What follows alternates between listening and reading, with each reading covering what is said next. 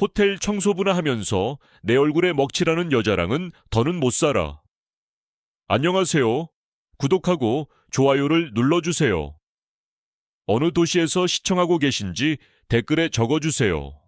이 모든 비극의 시작은 바로 한 달 전 서울 강남구의 한 고급 아파트 거실이었습니다. 김준용은 경멸이 가득한 눈으로 아내 윤다혜를 쏘아보며 이혼 서류를 그녀의 얼굴을 향해 집어 던졌습니다. 그의 마음은 이미 자신의 불륜 상대이자 회사 후배인 정세아와의 달콤한 미래에 대한 기대로 부풀어 있었습니다.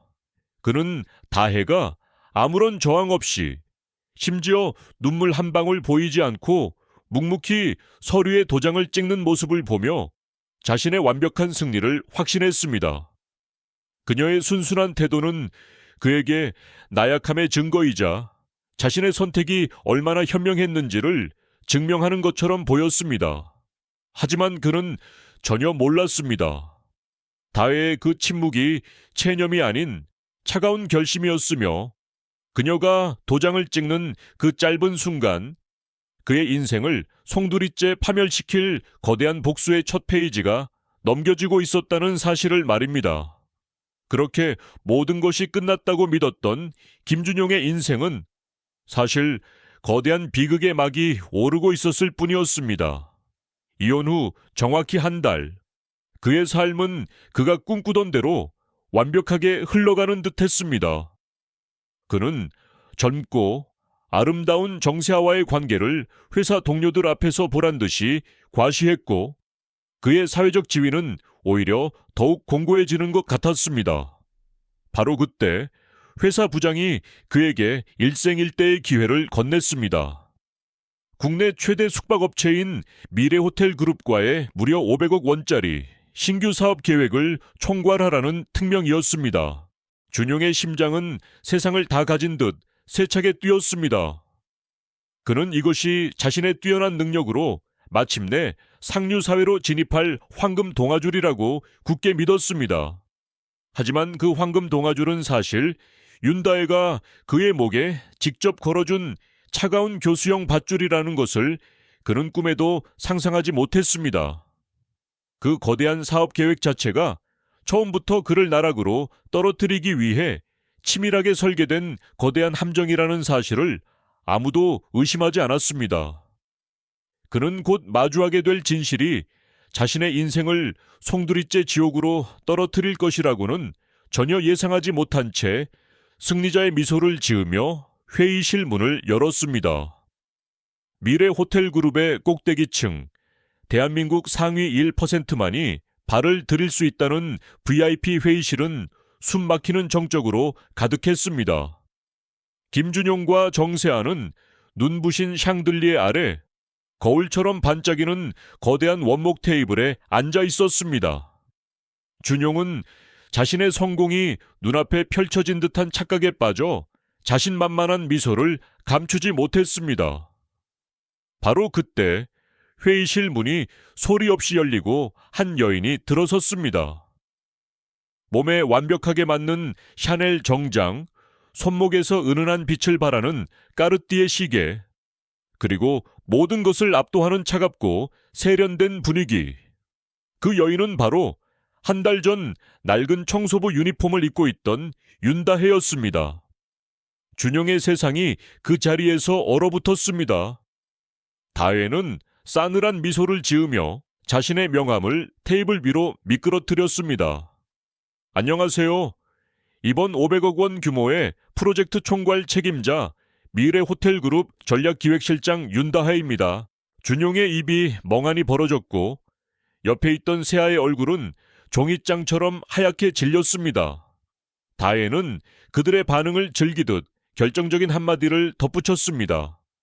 아, 그리고 제 아버님이 바로 이 미래호텔그룹의 윤태호 회장님이시거든요. 그 순간 준용의 머릿속에서 무언가 무너져 내리는 소리가 들렸습니다. 계약은 그 자리에서 파기되었습니다. 다혜는 단 한마디의 변명도 허락하지 않은 채 두 사람을 마치 길가의 벌레를 보듯 스쳐 지나갔습니다. 회사로 돌아오는 택시 안의 공기는 납처럼 무거웠습니다.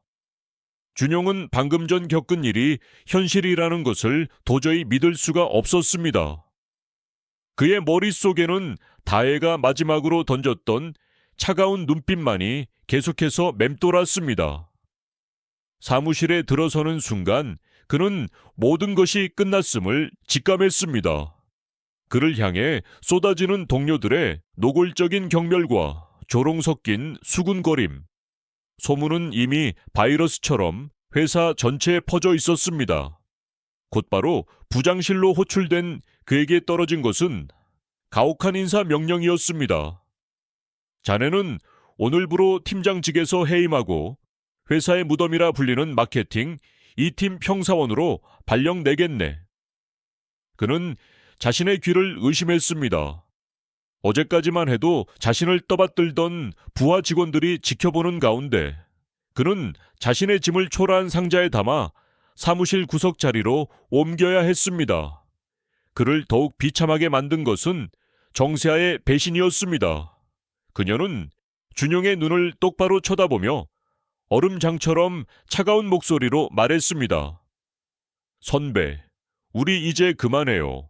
지금의 선배는 제 빛나는 미래에 아무런 도움이 안 되네요. 그녀는 그 말을 끝으로 새로 부임한 팀장에게 환한 미소를 지으며 아무렇지 않게 돌아섰습니다.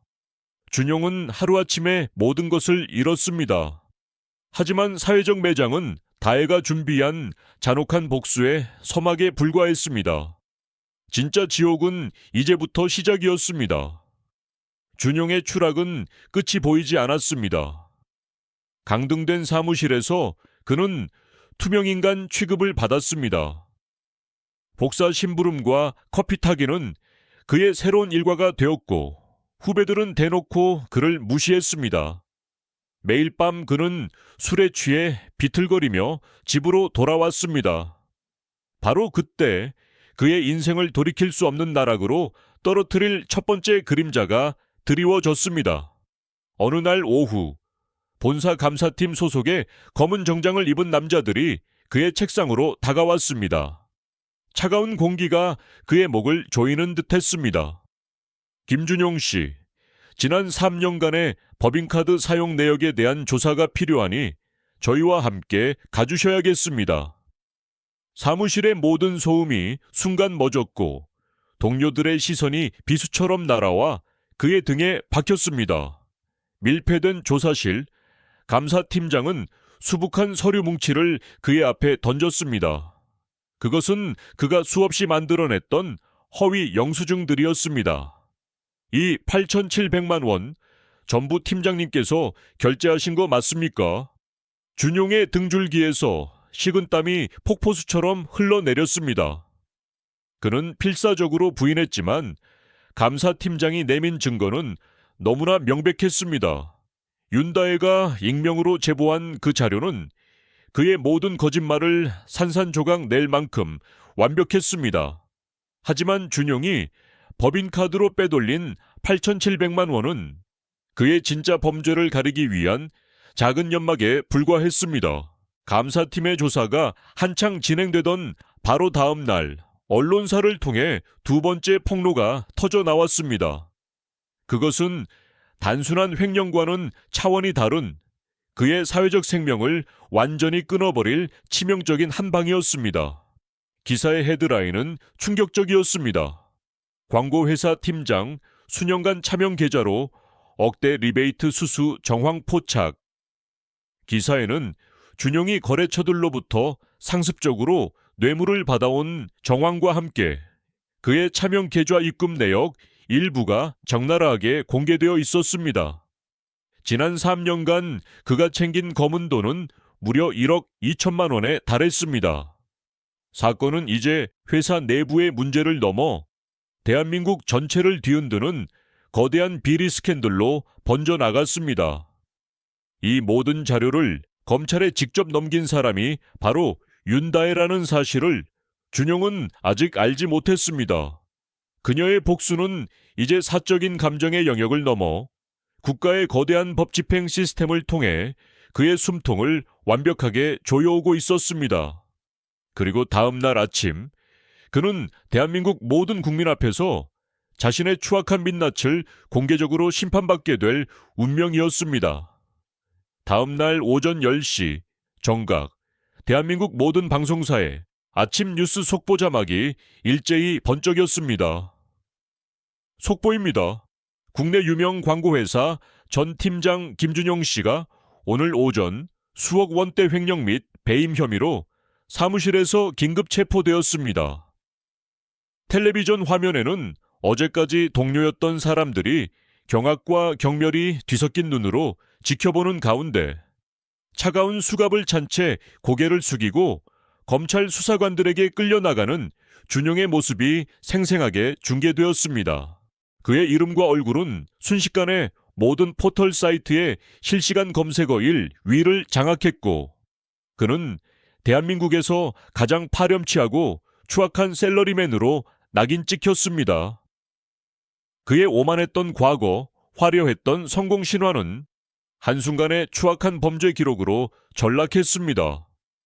사무실 창밖으로 비치던 눈부신 햇살은 이제 그의 인생에 다시는 없을 과거의 영광처럼 아득하게만 느껴졌습니다. 그는 그제야 깨달았습니다. 이것은 우연이 아니라는 것을. 윤다의 철저하고 무자비한 복수가 이제 막 시작되었을 뿐이라는 것을. 차가운 쇠창살이 드리워진 구치소 면회실. 준용은 마지막 희망을 걸고 늙은 아버지를 마주했습니다. 그의 초라한 수해 위로 아버지의 그림자가 무겁게 내려앉았습니다. 하지만 그를 기다린 것은 따뜻한 위로가 아니었습니다. 아버지는 파들파들 떨리는 손을 들어 아들의 뺨을 힘껏 내리쳤습니다. 쩌렁쩌렁한 소리가 좁은 면회실을 가득 메웠습니다. 우리가 너를 이렇게 키우지 않았다. 이놈아, 우리 얼굴에 똥칠을 해. 넌 더 이상 내 아들이 아니다. 아버지의 절규 섞인 외침은 비수가 되어 준용의 심장에 박혔습니다. 그의 눈에서 뜨거운 눈물이 쏟아졌지만 그 눈물은 후회가 아닌 절망의 눈물이었습니다. 세상에서 가장 가까웠던 가족마저 그에게 등을 돌린 순간 그는 완벽하게 혼자가 되었습니다. 그를 변호하겠다는 변호사조차 나타나지 않았고 친구들은 약속이라도 한 듯 그의 전화를 피했습니다. 그는 사회적으로 그리고 인간적으로 완벽하게 고립되었습니다. 이제 그에게 남은 것은 법의 냉정한 심판뿐이었고 그 결과는 그의 남은 인생을 영원히 어둠 속으로 밀어 넣을 것이었습니다. 1심 재판이 열리던 날, 법정의 공기는 얼음장처럼 차가웠습니다. 판사는 준엄한 목소리로 판결문을 읽어 내려갔습니다. 피고인 김준용, 죄질이 매우 불량하고 반성의 기미가 보이지 않아 징역 2년 6개월의 실형을 선고한다. 땅. 판사의 망치 소리는 그의 남은 인생에 대한 사망 선고처럼 법정 전체에 울려 퍼졌습니다. 그가 그토록 자랑스러워했던 강남의 아파트는 회사의 손해배상 청구 소송으로 인해 4억 5천만 원이라는 헐값의 경매로 넘어갔습니다. 그의 모든 재산은 먼지처럼 사라졌고 통장에는 단 한 푼도 남지 않았습니다. 그는 자신이 쌓아 올린 모든 것이 신기루였음을 깨달았습니다.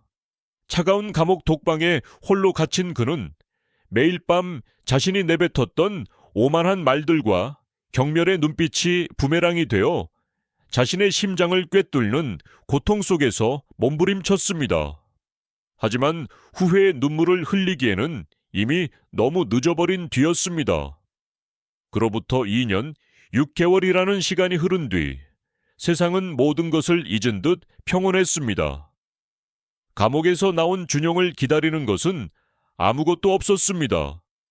전과자라는 지워지지 않는 낙인은 그의 발목을 잡았고 결국 그는 서울의 가장 어두운 구석 가리봉동의 월세 15만 원짜리 쪽방에서 건설 현장 일용직으로 하루하루를 연명했습니다.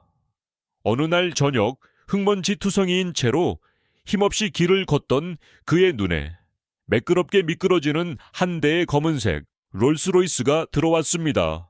차창 너머로 보이는 뒷좌석에는 대한민국 경제를 움직이는 젊은 리더로 우뚝 선 미래호텔그룹의 부회장 윤다혜가 앉아 있었습니다. 그녀는 새로운 연인과 함께 세상 가장 행복한 미소를 지으며 웃고 있었습니다. 그녀의 시선은 길가의 먼지처럼 초라한 준용을 전혀 인식하지 못한 채 빛나는 미래를 향해 있었습니다. 그는 그녀의 인생에서 완벽하게 지워진 이름 없는 과거일 뿐이었습니다. 자신의 오만함으로 모든 것을 잃어버린 한 남자의 완전하고도 비참한 파멸이었습니다. 그로부터 1년 후 서울의 하늘 아래 가장 높은 곳 미래호텔그룹의 신임 부회장으로 취임한 윤다혜는 대한민국 경영계의 새로운 아이콘으로 떠올랐습니다. 그녀의 첫 공식 기자회견장은 수많은 언론사들의 플래시 세례로 눈이 부실 지경이었습니다. 한 기자가 그녀의 경영 철학에 대해 물었을 때 다혜는 흔들림 없는 목소리로 답했습니다. 저의 경영 철학은 단 하나입니다. 가장 낮은 곳의 목소리부터 듣는 것. 저는 그룹의 후계자 과정을 밟기 위해 저희 호텔 객실팀 소속 청소부로 근무했습니다. 그 경험이 제게는 그 어떤 경영학 서적보다 훌륭한 스승이었습니다. 그녀의 폭탄 선언에 기자회견장은 순간 술렁였지만 이내 존경과 감탄의 박수갈채가 터져 나왔습니다. 그녀는 과거의 상처를 부끄러워하지 않고 오히려 성장의 발판으로 삼아 더 높은 곳으로 날아올랐습니다. 다혜의 삶에는 새로운 사랑도 찾아왔습니다. 세계적인 호텔 체인의 아시아 총괄 지사장인 제임스 박은 그녀의 아픈 과거를 모두 듣고도 그것을 흉터가 아닌 강인함의 훈장으로 여겨주는 사람이었습니다. 당신의 모든 과거까지 전부 사랑하고 존경합니다. 당신의 상처를 보듬고 당신의 미래를 함께 만들어 가고 싶어요. 그의 진심 어린 고백에 다혜는 세상 가장 행복한 미소를 지으며 고개를 끄덕였습니다. 두 사람의 결혼식은 소박하지만 따뜻하게 치러졌고 그녀는 진정한 사랑과 행복을 찾았습니다. 김준용이라는 이름은 이제 그녀의 인생에서 완벽하게 지워진 낡은 책의 한 페이지일 뿐이었습니다. 진정한 승리는 복수를 완성하는 것이 아니라 과거의 상처를 디딤돌 삼아 더 눈부신 미래를 만들어내는 것임을 다혜는 자신의 삶으로 완벽하게 증명하고 있었습니다. 자신의 오만함이 쌓아 올린 모래성 위에서 세상을 내려다보던 한 남자는 결국 모든 것을 잃고 절망의 나락으로 떨어졌습니다. 반면 가장 낮은 곳의 아픔을 온몸으로 겪어낸 한 여자는 과거의 상처를 찬란한 훈장으로 바꾸며 자신의 인생을 되찾았습니다. 이 이야기는 우리에게 묻습니다. 진정한 가치는 어디에 있는 것일까요? 한 사람의 가치는 그가 입은 옷이나 사회적 지위가 아니라 그의 내면에 깃든 존엄성과 타인을 대하는 태도에 있다는 것을 보여줍니다. 겉모습 뒤에 숨겨진 진실을 꿰뚫어 보는 지혜, 그리고 어떤 시련 속에서도 자신의 가치를 잃지 않는 용기. 그것이야말로 우리가 이 세상을 살아가는데 가장 필요한 힘일 것입니다. 이야기를 끝까지 들어주신 여러분, 이 이야기에서 어떤 교훈을 얻으셨나요? 여러분의 생각을 댓글로 공유해 주세요. 그리고 구독과 좋아요를 잊지 마세요.